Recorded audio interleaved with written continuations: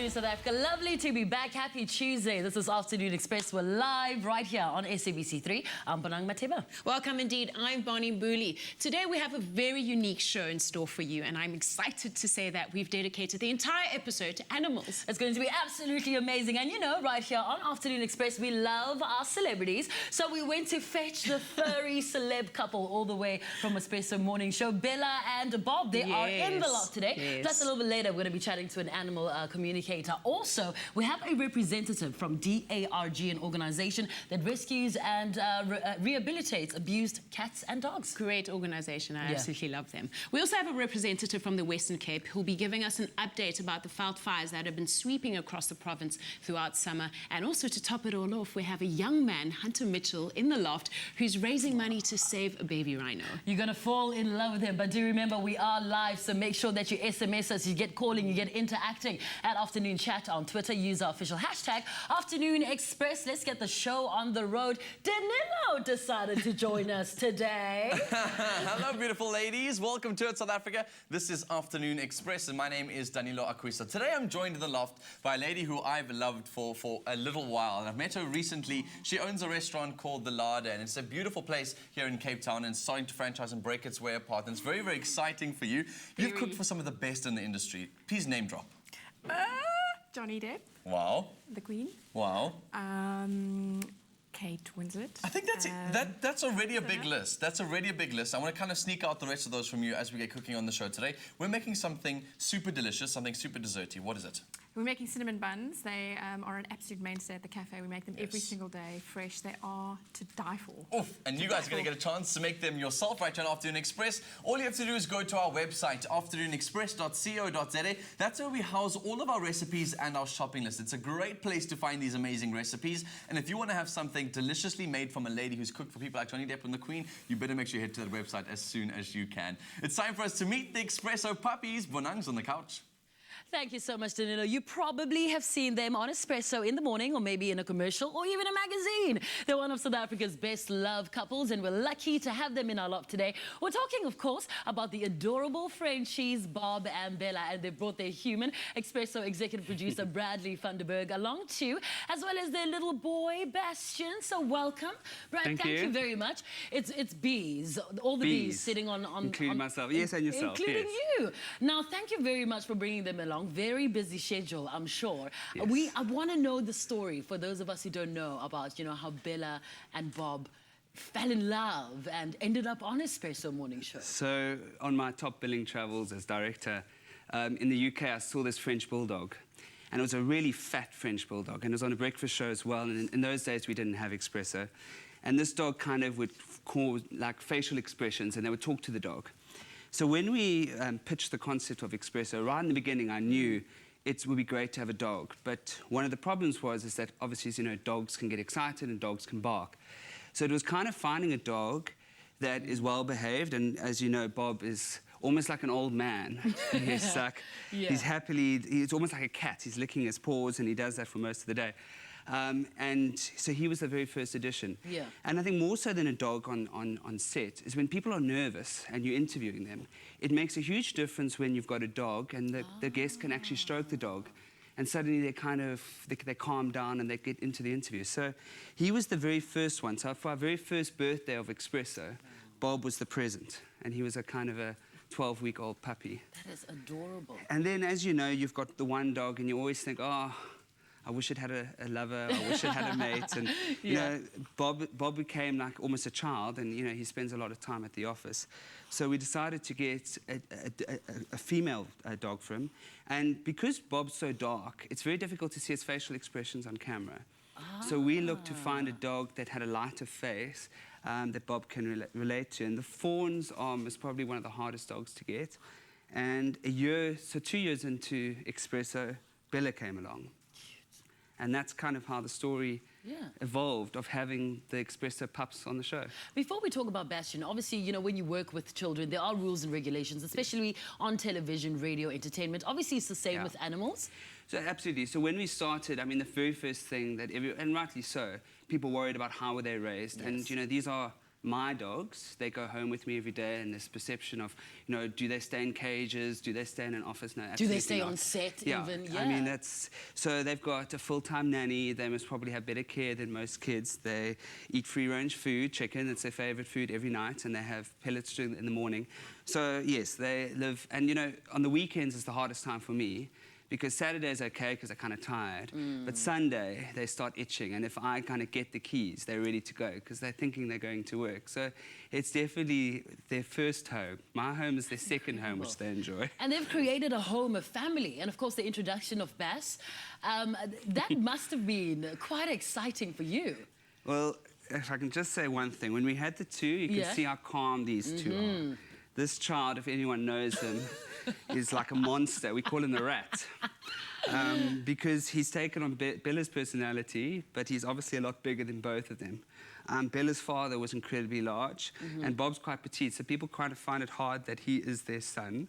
And, you know, sadly, you know, I always thought of having, there's so many people that spend so much time with these dogs.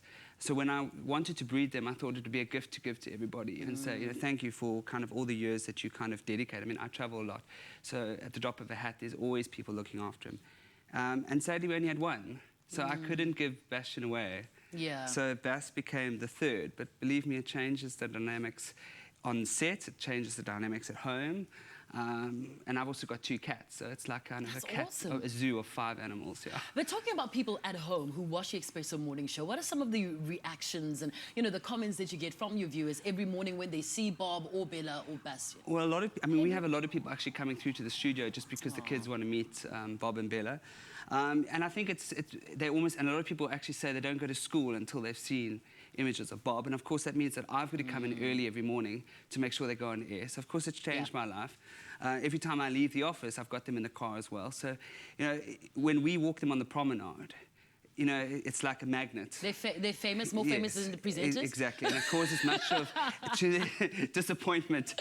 They say, where's Bob and Bella, you know? Oh, and, that's adorable. Yeah, so that's... But when you started on TV with, you know, Bob and Bella, did you ever think they'd end up, you know, on covers of magazines, newspapers, and become a celebrity couple? I mean, they were on the cover of Canine Zone.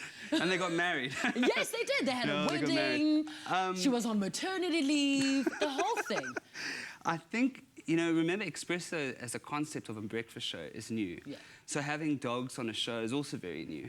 I think it's incredible how the South African has embraced them. And I think it's not about just having the dogs, it's about educating people of how to raise a dog, how to care for dogs. So the insights that they do and the kind of, I think the highlighting that we bring to this breed as well, as anybody can say, if everyone wants a French Bulldog, but you can't find one.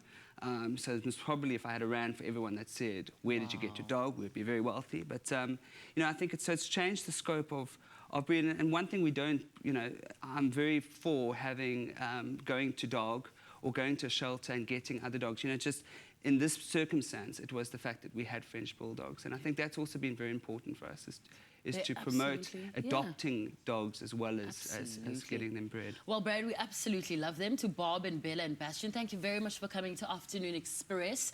And we'll see them, obviously, tomorrow morning on the Expresso Morning Show on SABC3. Thank you very much to all of you for coming through. Look at them, so well-behaved, like true celebs, such professionals. But after the break, Danilo makes us some sweet cinnamon buns, and we chat to animal communicator Anna Breytenbach. If you're curious about what exactly she does, then make sure you don't move. More Afternoon Express straight after this. Express yourself. You have lived, laughed, loved, achieved, received, and been rewarded. What's next? Join Diners Club now. This February, you stand a chance of winning an unforgettable Diners Club experience at the prestigious Saxon Hotel, Villas and Spa in Johannesburg with Afternoon Express.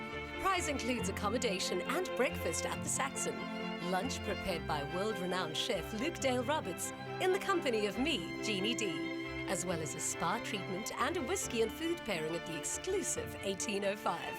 Visit afternoonexpress.co.za/giveaways to enter. T's and C's apply and are also available on our website.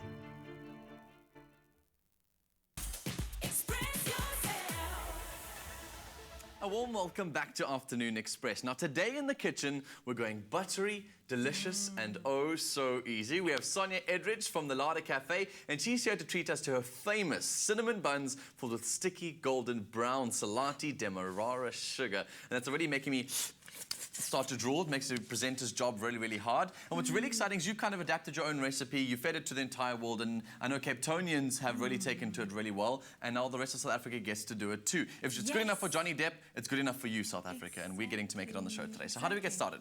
So we're going to make the dough first, okay? It's a brioche dough, so it's slightly wetter than bread dough. So we chuck in the flour. Okay, that's just normal In the mixer, normal flour. It's got a little bit of salt in there. It's got a little bit of sugar. We'll chuck that in, and then yeast, dry yeast. I'll bung that in. Now, if you can, this is all the dry ingredients, I'll get that mixing in a moment. If you can mix the wet, so we've got some milk, we've got a little bit of butter melted up, and 1 egg. Okay, Whisk it all together. Whisk this egg. Bung it all together, and then we'll start getting this going. We'll get it in. Okay. Whoops. Okay, so once I've obviously whipped up this egg, does it need to be any specific No, just like that? No froth, that's fine. So just bung that in there. And this in here. What I love about the way that you cook is that you make everything just so simple. It's not about trying to be too pedantic about it all. No, as long as it tastes amazing.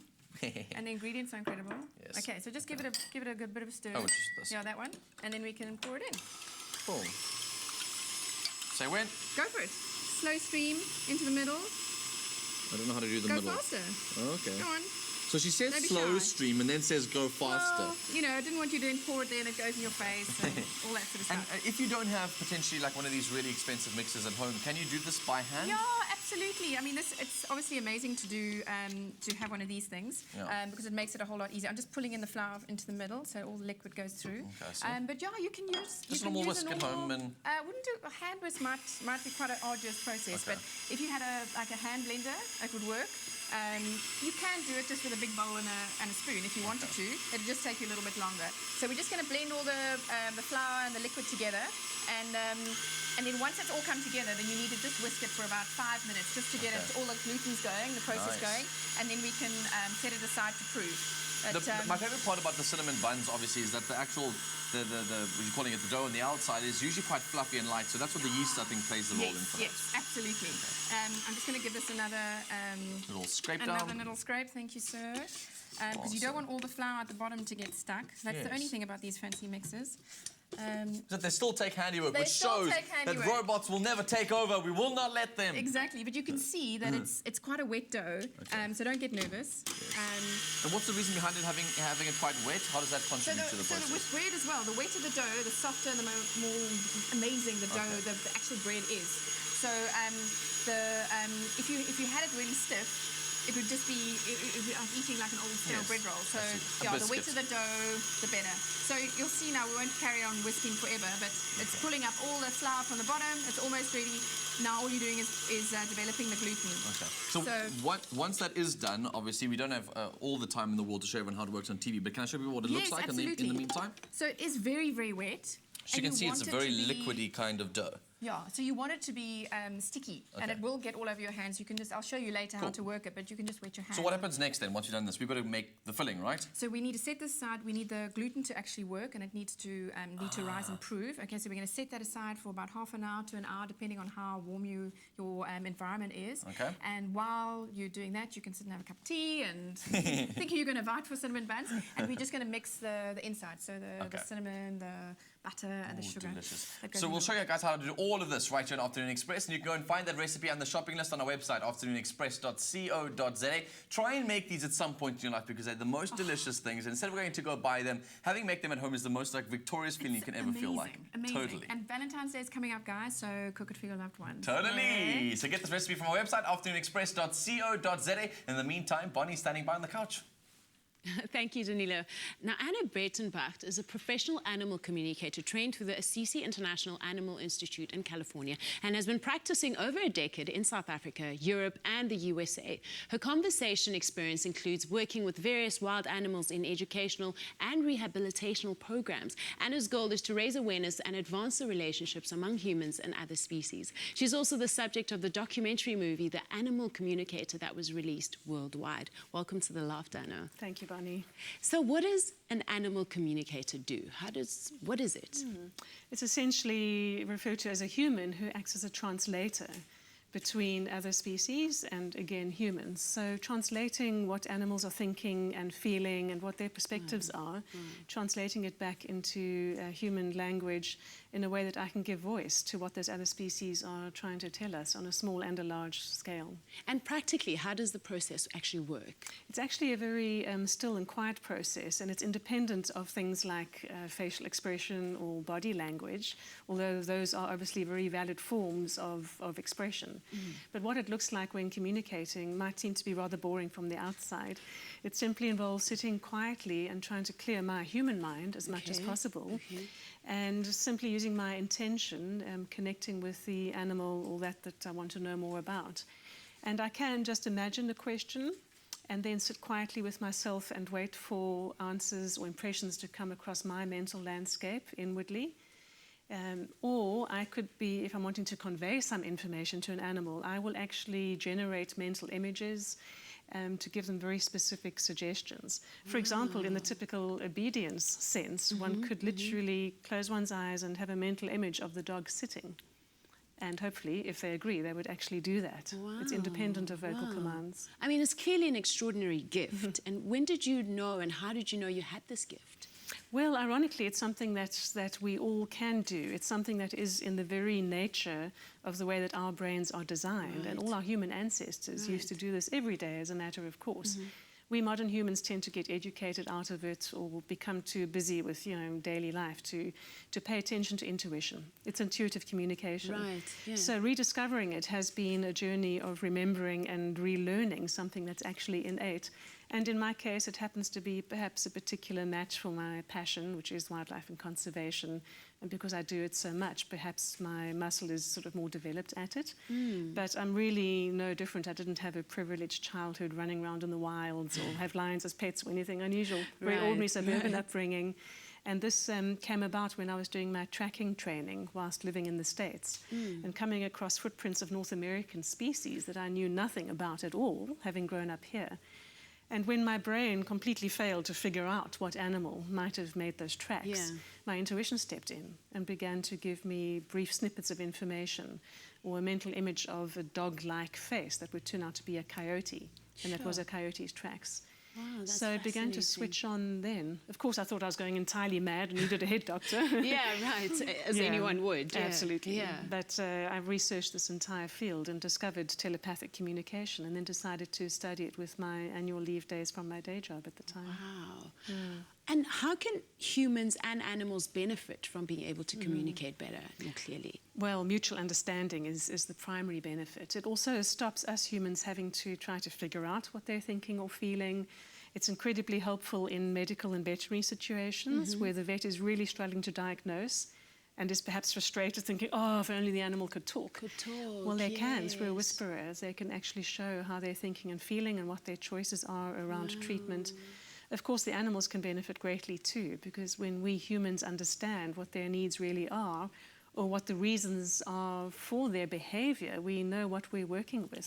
We don't have to just observe behavior and then make some decisions. We can just go straight to the horse's mouth and say, what's making you do this? It's very useful in rehabilitation scenarios or with even large animals like elephants. Or those who are having to deal with humans, hopefully in a temporary capacity, and being safe and being well cared for, where the human caretakers can hear directly from them what their needs are. Oh, that's extraordinary. And in the stories that you've come across and experiences that you've had, you've just shared that animals can benefit greatly from this communication. Any stories that stand out for you that have always just moved you deeply? Well, in several rehabilitation scenarios, it's been wonderful to really help have an animal's life be saved because they can convey, something that is not detectable by medicine, perhaps. One of the things that really amuses me, though, is when I get funny perspectives on humans from the animals. And I was communicating with a troop of baboons who were raiding vegetable gardens and were facing being shot at and all sorts of horrible things if they dared take any more veggies. This was at a retreat center. Right. So when I explained to the baboons that the humans needed the vegetables to cook for all of the guests, the baboons that they couldn't have them. They couldn't have them, or at least not as much as they were taking. The baboons' response was essentially, no, the humans don't need that food. And I said, yes, they do. And the baboons said, no, they don't. And I asked the baboons why they thought the humans didn't need it. And the baboons revealed to me that they watched from the mountainside, they watched the humans, the cooks and the chefs at this place, go into the gardens when they weren't hungry. So the humans go in when they're not hungry, they pick all the best and the most ripe fruit and vegetables, and then they don't even eat it. They take it away out of the garden and go lock it away in buildings. And sometimes the humans leave the food lying around until it's days old and becomes, too rotten and not able to be eaten by baboon or humans. And the baboons thought that was rather wasteful. Very good reflection on what humans are up to. That's incredible. Yeah. Wow, geez, I could talk to you all afternoon, but you're not going away. You're still in the loft with us. Absolutely. Thank you. After the break, we chat to the 8-year-old boy who raised 10,000 Rand for a baby rhino, and we take a look at the domestic animal rescue group. Clicks. Feel good.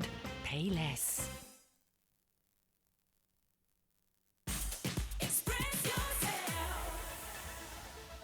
Welcome back. You're still watching Afternoon Express right here on SABC3, and we are live. My next guest has a very, very interesting story. After being moved by the story of a baby rhino that was abandoned by its mother, young Hunter Mitchell took it upon himself to try and help. He started a fund for the little guy, and since the beginning of January, he has raised more than 10,000 rands from both local and international donors. We're joined now by Hunter Mitchell as well as Searle Durman, the owner of the game reserve where the little rhino was born. Welcome, gentlemen. Welcome, Hunter.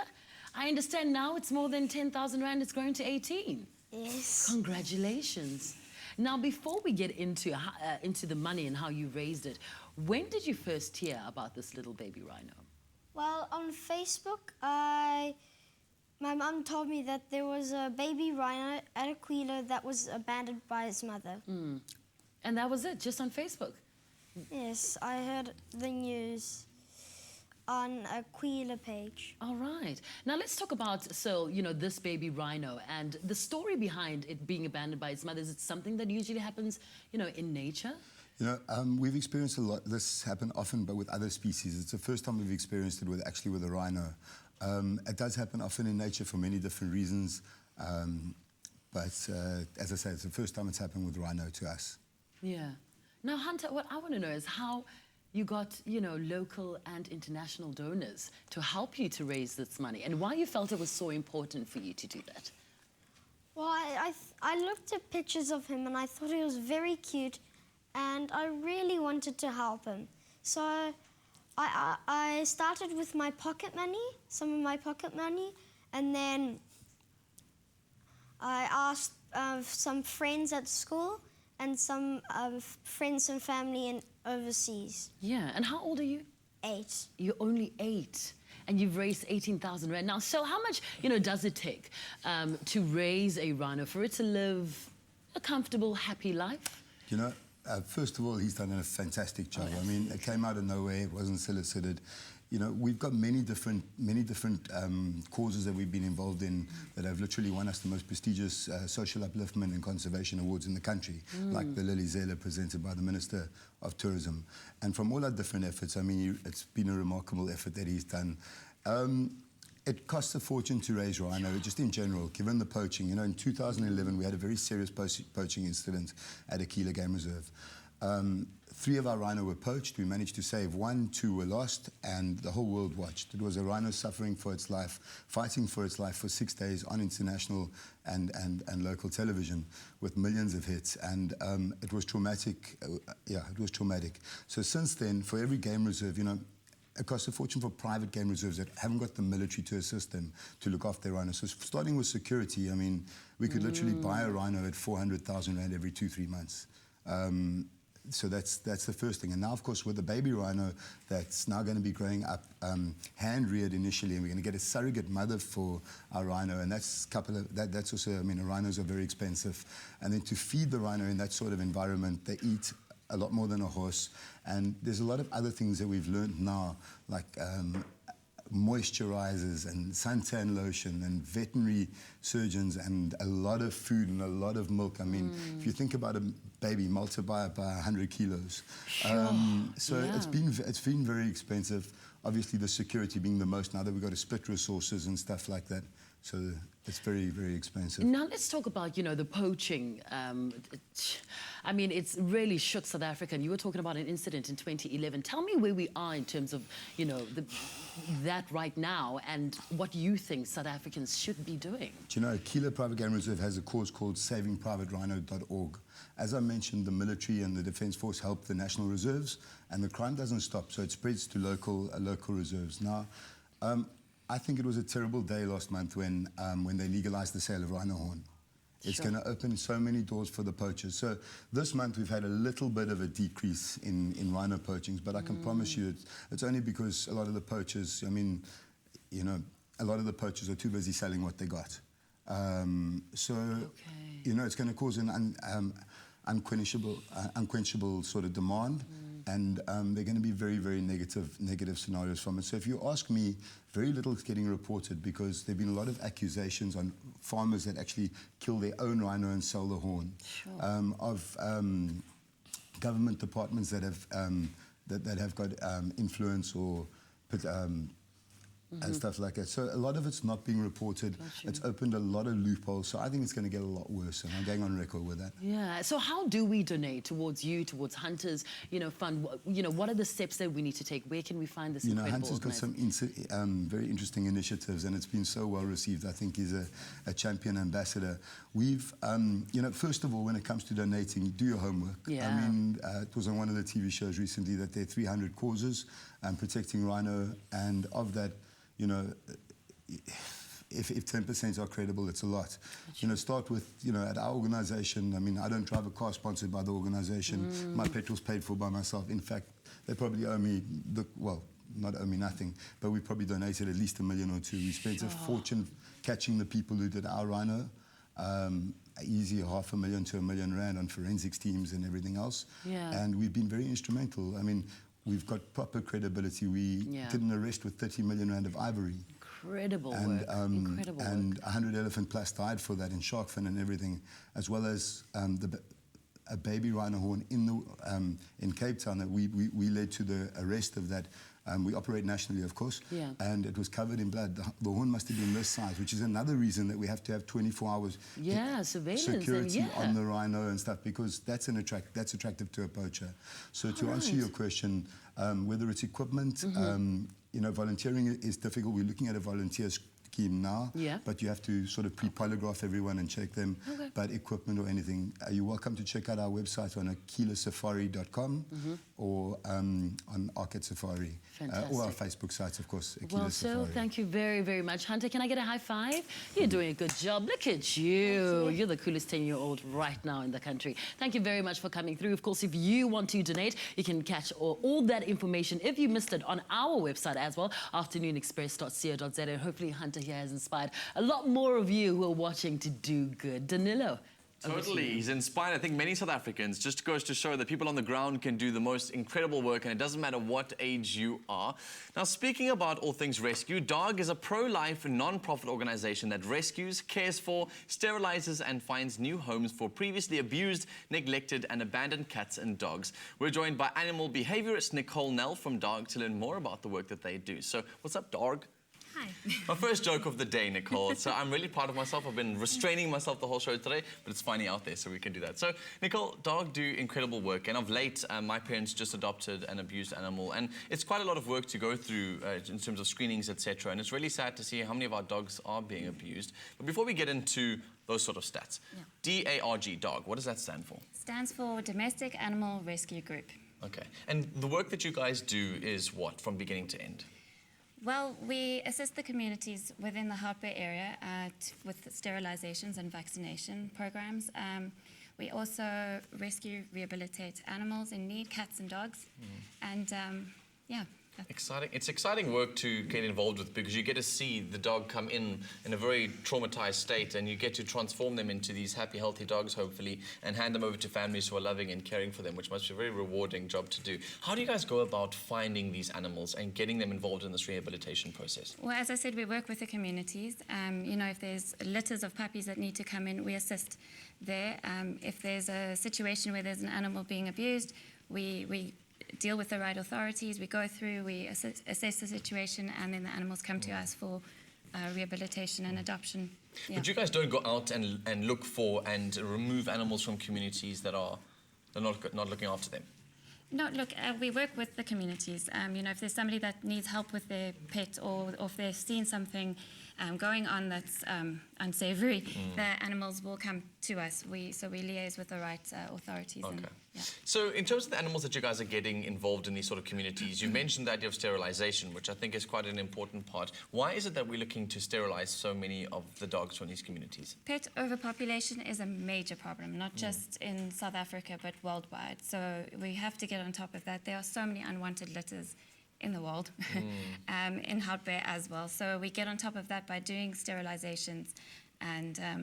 yeah, so you don't overpopulate those sort of communities full with sort of street dogs that are not being looked after. Yeah, because where there are unwanted litters, there will be neglect and there will be animals being abused or abandoned. Yeah. So a very sad dog will walk into your offices or will be brought in by one of the community members. What happens then? Like, how does the rehabilitation process work? What kind of process and home do you provide for these animals? We, first port of call would be the vet, make sure that they're healthy if they need treatment.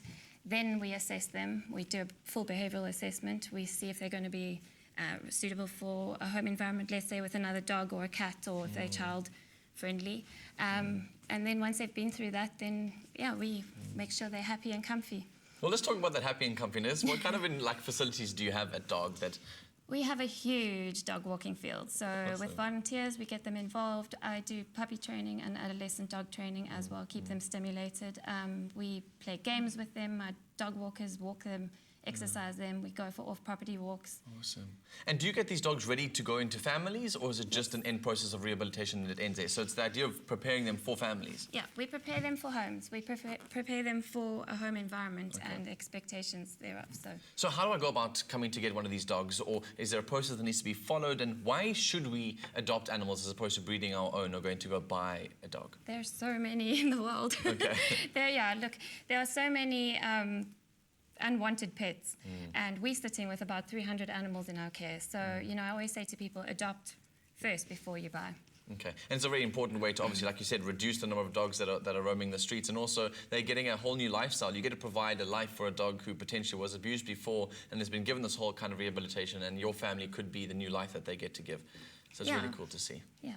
Nicole, thank you so much for joining us in the loft and for sharing this amazing news. I hope people can go out and donate. Yes, donate, volunteer, come adopt from our facility. By all means. Awesome. And just come and see these beautiful animals, and hopefully they will touch your hearts like they have ours right here on Afternoon Express. We're taking a short commercial break. Afterwards, we're getting an update on the veld-fire situation across the Western Cape with the head of fire and life safety in Cape Town. Don't go anywhere.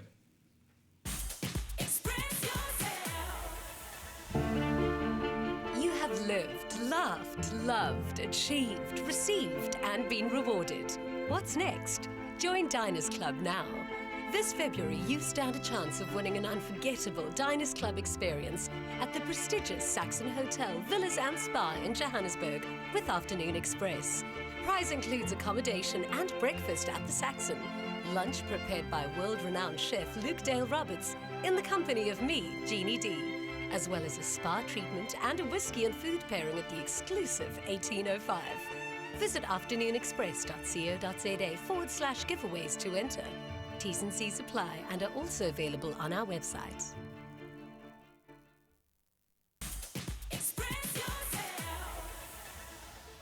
Great to have you back with us on Afternoon Express live on SABC3. Now, with heat waves sweeping across the country over the summer, veld-fires have become a very big issue. Just in the Western Cape, firefighters have been working around the clock to contain and extinguish fires across the province. We're joined by IGNATIUS Smart, the head of fire and life safety in Cape Town, who's been a very busy man over the holiday season and start of 2016. Welcome to the loft. Thank you. So, which areas has the fire done the most damage over the summer? There are three specific fires. Let me start with the deep south. In Simonstown, on the top of Simonstown, the mountain slopes. And then we had the Red Hill, which actually swept and the fire was fanned by strong winds. It went through Scarborough, Misty Cliffs, right through to Ocean View. And then the third one was the recent one, where the Fishhook area, where the train carriages were involved. And that swept through the top range in Fishhook itself, on top of the mountain range. How many fires have there been in total? Since the 1st of October to about the 6th of January, it was 277 fires that we were active with. Wow. And what are the long-term ramifications on the economy, the environment, the wildlife of these fires? Let's start with the environment itself. If you look at the mountains itself, you'll see that the slopes has been damaged, so there's no shades. And what actually happened is that the soil is actually burned through as well of the heat. When you look at the wildlife itself, there is no escape for some of the animals, especially the nesting ones. They can't get away, they can't fly away. And then you have also the ones that try to actually escape, and then they actually go into the road and they get actually run over. Correct as well. And then you look at economically, it's cost a lot of money to actually have the resources at these fire incidents. To put the fires out. That is correct. And then you also have the damage to property. We're looking at life as well, damage to lives as well. And then also the rehabilitation of those slopes, which is expensive. I mean, once the fire has ravaged through an area, what's the process of rehabilitating that area and getting back to normal? What the City of Cape Town does, they have actually all role players, like the national parks, environmentalists, waterworks, and they actually do a rehabilitation to do catchments to stabilize the sand and the slopes, so that if the first rain comes, it actually doesn't cause damage to mudslides to the property close by at the bottom of this range. Right. Is there anything us as the public can do during this? Yes, the public can, by actually making contact with the nearest environmental department or the national parks, or they can go on the city website, which is www.capetown.gov.za. And there's a lot of information there, which they can retrieve for assistance as well. Yeah, and in future, what preventative measures can we put in place to prevent fires? Preventive and damage. It is first of all the person's personal responsibilities. Right. It's like, for example, going on hikes. Do not smoke. Yeah. Do not get rid or discard your cigarette butt. Where there's no signs of fire making, do not make fires in the mountain region. And do we have any idea what's causing the fires? At this moment in time, a task team has been established with the SAPS, the Fire Services, National Parks, and the SI Unit. SI Unit is a special investigating unit of the City of Cape Town. And we consolidate all information, documentation, to do further investigations. And then hands over to the South Africa Police Services for further investigation. Yeah, wow. Thank you so much for this insightful information. You're welcome. Ignatius. Yeah. To fires of another type in the kitchen. Indeed-o, we're making something delicious in the kitchen today, and I really must say, you have nice buns. You've brought them in, they're delicious, they're tasty, and they really, really are cool. We're making cinnamon buns in the loft today, and I'm very, very excited for this dish because it seems so simple to make. And we've kind of done the dough itself, right? Which is proved, and now you said it must feel like what? Feels like your earlobe. Okay, so that lovely, soft, cushiony powder, Okay, so that's when you know it's ready. Okay, what's left to be done? Okay, so what we need to do makes the amazing filling. So if you can mix the butter, the cinnamon, and the sugar together, while I get the tins prepped, we can get going. Okay, tell us about the tins. Okay, so you can put it in a what are these, large muffin cases, and to stop it from sticking at the bottom, I just put in a bit of greaseproof paper. But the trick is, if you put it in just like that, it'll keep bouncing out while you're trying to fill and get very annoying. So you just wet it in a little bit of water, and then pop it down, and it sticks. Okay, especially if you've got the window open and drafts. Yeah, so just pop them in there. And if you don't want to do individual ones, particularly for Valentine's Day, you can do a lovely. Oh, I see. So you get nice and creative with these cinnamon buns. Yeah, so if you want to. you know that clear and share loaf. So you can just line the inside with either greaseproof paper or a bit of spray and cook or something, non-stick spray, and then you can just pop them next to each other. They'll obviously expand, won't be perfect round buns, but they. So you can play with this one a little bit. Yeah. So I've kind of already put the butter and the cinnamon in here, and you said cinnamon is quite good for you. I'm also going to be good for you, adding the salati demerara. And what I love about the demerara is got that treacle syrup inside of it, which gives it its nice caramel flavour for this sort of dish. But you did also say say that it's got that nice crunch to it Got too. an amazing crunch. So while you're eating through this lovely cushiony, yummy bun, you get the lovely crunch of the cinnamon and the sugar. It's really, really delicious. You clearly love to cook with some really healthy ingredients, and you're always about sustainability. And I'm so excited the show today is also about looking after our environment and animals, etc. And so, what is your model when it comes to cooking? Well, I care about where the ingredients come from. So whatever it is, whether it's the flour, the butter, I look at the producers, how they make it. Is it made with love? So the flour, you'll stone grind flour. The butter, make sure that it comes from a small organic farm where it's not filled with antibiotics. And the happy animals, because of course cows are their mothers essentially. So if they're unhappy, then their milk's going to be unhappy and it's going to be sour. And the whole process of nature is just incredible. So so everything throughout my cooking is not necessarily if it's fattening or not fattening, but where do those ingredients come from, and have the producers love the ingredients from start to finish. And then it really follows through in all of our cooking. It really is. It's important to me. Nice. It also comes out deliciously too, which means it doesn't sort of take away from the flavors and stuff. So one thing that I've noticed is that cinnamon is actually quite good for you. It's very good for you. It's essentially it's very blood cleansing. It's got huge antioxidant properties, and it's an antioxidant as well. So it's a very good antibacterial. So it's very good for you if you've got a cold, to have cinnamon tea. So cinnamon buns technically are healing for your body and soul. They're so healthy for you. Yeah, they clean the blood. It's very, very good for to control the blood sugar as well. So we try and cook with it a lot in the cafe. And there are two kinds of cinnamon out there, which is it's crazy. There's a Ceylon cinnamon, which is the healthiest one, and very fine, and it's got quite a delicate sweet texture. And then you get another one. It's new on the market, and it's called cassia cinnamon, and that one's grown in Indonesia and China. Cheaper, and that actually can have some, if you have too much of it, that you must avoid. But so stick for the Ceylon one, which is, I think it's Sri Lanka, Seychelles, and Madagascar. Nice. Okay. So we need to figure out how to do the actual rolling, because I think that's the hard part. So show me how to do that. Guys, don't worry about this. If it goes wrong, it'll still taste amazing. So a little bit of flour underneath, and you just whip it over. Where do you one of these little devices from? Oh, you don't have to use that. You can use a knife. You don't have to be fancy. But this is just it's a pastry scraper. So you've got all the special tools. I got the special tools. And then stick it down, and then just keep, because you want to sort of create a spiral. I see.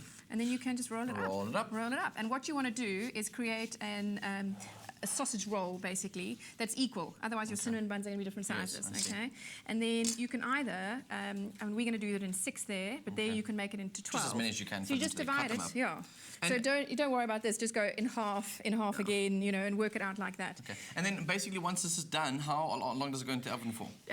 Depends on your oven, but roughly 200 degrees for about between 15 and 18 minutes. Lovely. Everyone's oven's different, so you've got to just learn to love your oven and work with it. So until they start.